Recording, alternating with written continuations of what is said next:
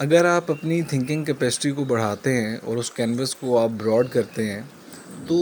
اس کی مدد سے یہ ہوتا ہے کہ ہسٹری میں جو پاسٹ میں ایونٹس فیکٹس جو بھی ہوتے ہیں ان کو ڈی کوڈ کرنے میں سمجھنے میں آپ کو آسانی ہو جاتی ہے. Then it will be easy for you to realise how facts become maths.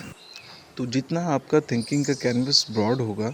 اتنی ہی آسانی سے آپ ڈیٹیل میں چیزوں کو سمجھ سکیں گے. اب چونکہ ہم پاکستان میں ہیں تو ہماری جو تھنکنگ ہے اس کا بڑا ہی اثر ہے ہمارے اس انوائرمنٹ میں رہنے کا جسے ہم پاکستان انڈیا یا کلیکٹیولی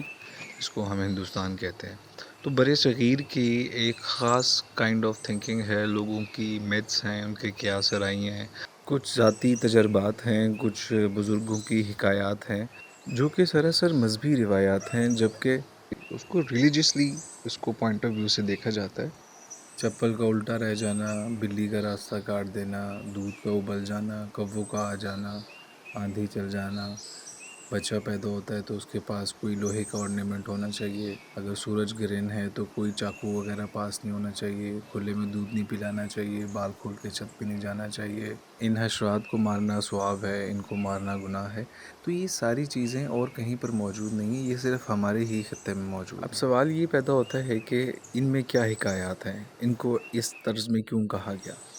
اچھا، یہ ذمہ داری جو ہے وہ جو موجودہ دور کے لوگ ہیں یہ ان پر بنتی ہے کہ جو گزرے ہوئے دور میں لوگوں نے جو باتیں کی ان کو سمجھیں، ان کو ڈی کوڈ کریں.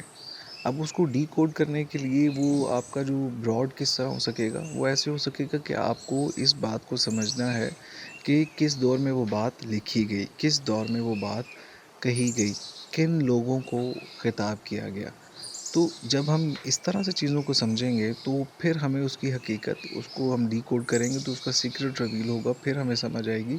کہ در حقیقت چیزیں کیا تھیں اور ان کو آج کیا بنا دیا گیا اور کیسے کچھ مذہبی روایات کو دین سے جوڑ دیا گیا.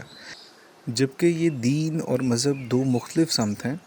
اور یہ موضوع آج کا نہیں ہے، لیکن یہ جو ہماری کہاوتیں ہیں، یہ جو اس طرح کی چیزیں ہیں،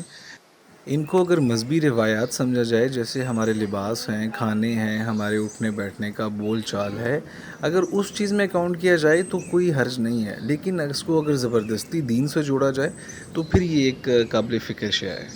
اب نیوٹن کے سیب گرنے والے معاملے کو کسی نے اس نظر سے نہیں دیکھا جیسے کہ عبد القادر جیلانی کی باتوں کو دیکھا جاتا ہے. اس کی وجہ یہی ہے کہ ہم جن حالات میں آزاد ہوئے اور جس خطے میں آزاد ہوئے، جو سب سے پہلی چیز ہم میں ڈیولپ ہوئی وہ انفیریئر کمپلیکس ہے، وہ اسٹیٹس کمپلیکس ہے. وہ لیونگ سٹینڈرڈز کے نام پہ ایسے کمپلیکسز ڈیولپ ہو گئے جو آج بھی ہم میں موجود ہیں.